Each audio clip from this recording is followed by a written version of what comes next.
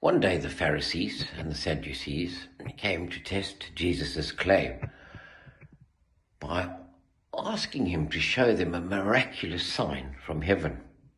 He replied, "You know, the saying, red sky at night means fair weather tomorrow. Red sky in the morning means foul weather all day. You are good at reading the weather signs in the sky, but you can't read the obvious signs of the times.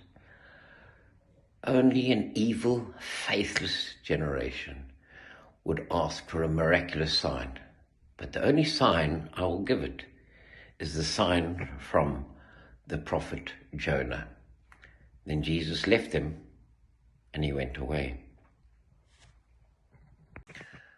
Later that day, they crossed to the other side of the lake, and the disciples discovered they had forgotten to bring any food. "Watch out," Jesus warned them. "Beware of the yeast of the Pharisees and the Sadducees." They decided he was saying this because they hadn't brought any bread, and Jesus knew what they were thinking. So he said, "You have so little faith. Why are you so worried about having no food? Won't you ever understand? Don't you remember the 5,000 I fed with the 5 loaves and the baskets of food that were left over?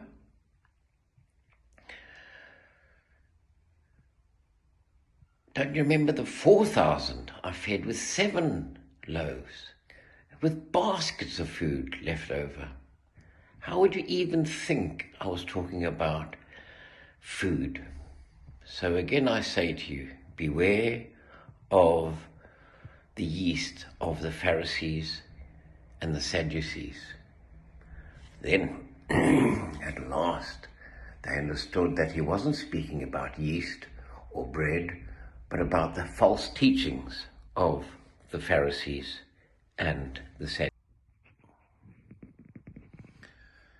From then on, Jesus began to tell his disciples plainly that he had to go to Jerusalem, and he had told them what would happen to him.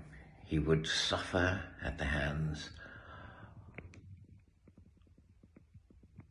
of the leaders and the leading priests and the teachers of religious law. He would be killed and he would be raised on the 3rd day. But Peter took him aside and said, "Heaven forbid, Lord."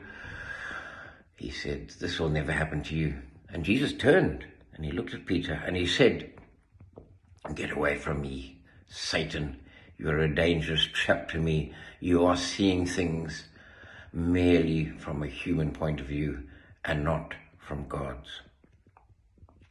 Then Jesus said to the disciples, "If any of you want to be my follower, you must put aside your selfish ambitions.